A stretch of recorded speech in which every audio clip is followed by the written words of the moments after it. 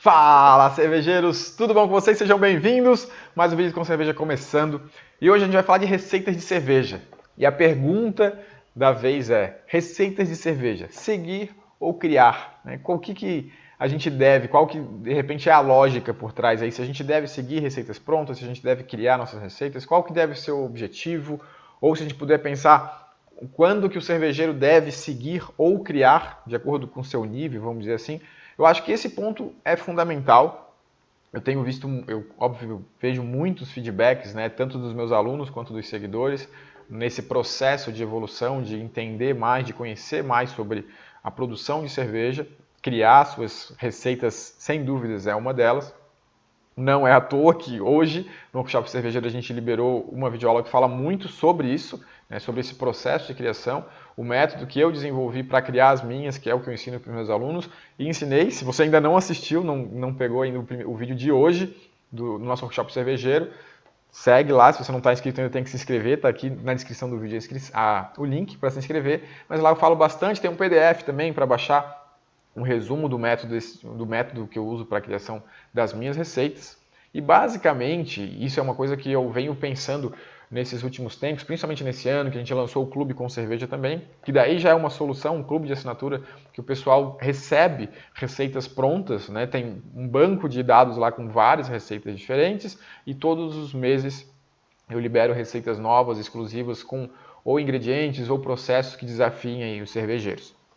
Então, só que é uma coisa engraçada, tipo, desde esses 4 para 5 anos que a gente está à frente do Com Cerveja, eu sempre tive um conceito de que o grande objetivo dos cervejeiros era criar suas receitas. Assim foi como eu pensei quando eu comecei, e eu queria criar as minhas coisas, queria ter cervejas diferentes, cervejas que só eu tinha feito. Isso eu acho que é um grande lance assim de a gente produzir a nossa cerveja, é que você pode ter certeza absoluta que aquela cerveja que você produziu, que você está tomando, ninguém no mundo tem a oportunidade de tomar. Então é uma questão de exclusividade realmente fantástica, né? Às vezes, quando a gente está tomando uma cerveja que já é bem diferente, que poucas pessoas têm acesso, sei lá, uma edição limitada, com numerada, a gente já fica empolgado e às vezes a gente esquece que a cerveja que a gente faz só para quem a gente liberar, né, que puder tomar essa cerveja, e a gente vai ter essa oportunidade. Às vezes você está tomando uma cerveja de um estilo que você adora, e ela está fantástica, está rigorosamente dentro do estilo, está muito saborosa,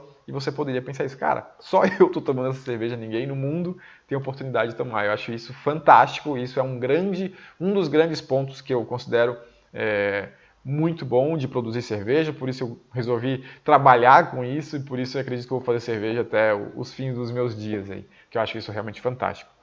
Mas, voltando à linha de raciocínio, eu sempre pensei o seguinte: o que eu preciso ensinar para os meus alunos, né, quando eu comecei com os treinamentos? Eu preciso ensinar todo o fundamento, tudo o básico, tudo que ele precisa entender, dominar de ingredientes, equipamentos e processos e estilos para ele estar pronto para criar suas receitas. Aí eu ensino como criar suas receitas.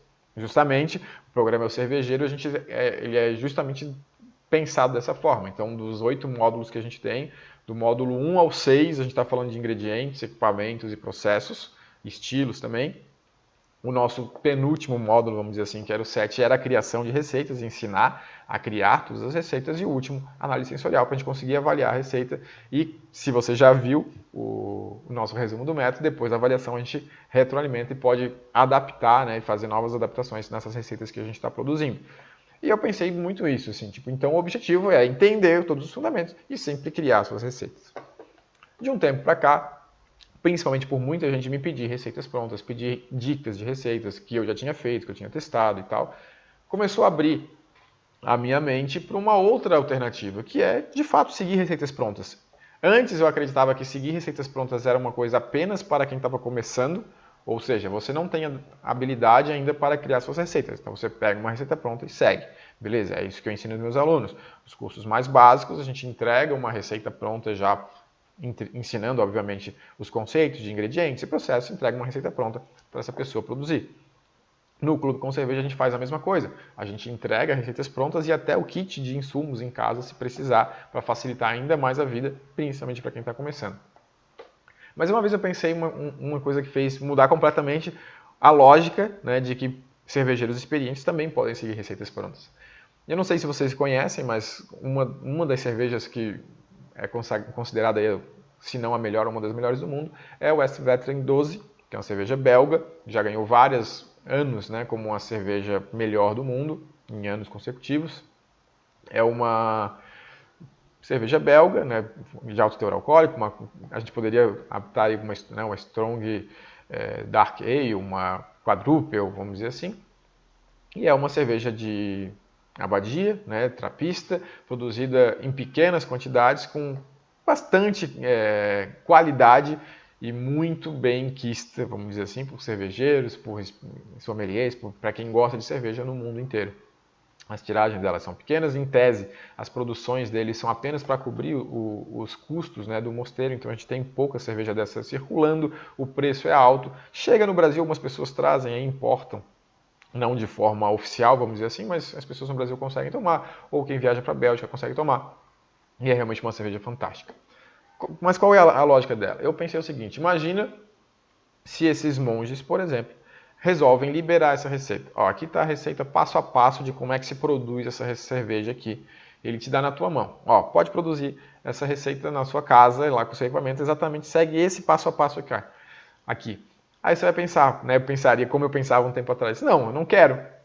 Não vou seguir essa receita, porque eu quero fazer a minha própria receita de quadruple. Eu vou escolher o meu método, eu vou escolher os ingredientes, eu vou fazer ela do meu jeito. Tudo bem, tem um quê de querer fazer dessa forma, e eu até concordava muito antes, mas eu penso, pô, se eu tiver contato com um monge lá da abadia de Saint-Sintes, que vai fazer o Westvleteren, e ele me liberar essa receita, eu não vou seguir ela à risca para produzir? Claro que vou. Então, aqui eu fiquei presente que não necessariamente a gente precisa sempre criar. A gente pode seguir receitas prontas, sim. Foi aí que eu pensei, puta, então eu vou realmente fazer essa assinatura, vou começar a liberar as minhas receitas, porque eu sei que tem gente que quer seguir receitas prontas, de cervejeiros de repente mais experientes, que sabem que já testaram, que a cerveja ficou boa e tal, e quer ir mais na certa. Então foi aí que a gente começou a liberar receitas prontas. E aí tem um meio termo. Você pode pegar uma receita pronta e fazer pequenas adaptações, ou muitas adaptações, até chegar ao ponto de criar a sua receita do zero. Então, basicamente, esses são os três objetivos, ou que eu diria, a gente pode seguir receita pronta, a gente pode adaptar uma receita, ou a gente pode criar do zero. E eu descobri que não tem demérito nenhum fazer de um jeito ou de outro. Principalmente quando vai seguir receita pronta, vamos dizer assim, quando você conhece a fonte. Eu sei que tem muita gente que pega em grupos, tem um grupo que diz, eu quero uma receita aqui de um estilo. Vai lá um colega e manda. Mas você não sabe se de repente ficou boa, você sabe que foi a receita que ele criou, e ok, mas se ficou boa você não sabe muito bem. Você não sabe se teve algum erro de processo, se ele ajustou essa receita depois porque viu que precisava modificar alguma coisa, enfim, são vários pontos. Mas o que eu queria deixar claro aqui para vocês, a mensagem, né, vamos dizer assim, do vídeo de hoje, complementando tudo que eu falei lá no vídeo do Workshop Cervejeiro, da importância de a gente ter um método para criar nossas receitas, é que não necessariamente a gente precisa criar. Principalmente para quem está começando, tem que seguir. Você pode ir por um processo de seguir, adaptar e chegar no ponto de criar. Obviamente que quando você tem todo o conhecimento de ingredientes, processos e equipamentos, e estilo de cerveja também, você fica muito mais apto a criar suas receitas.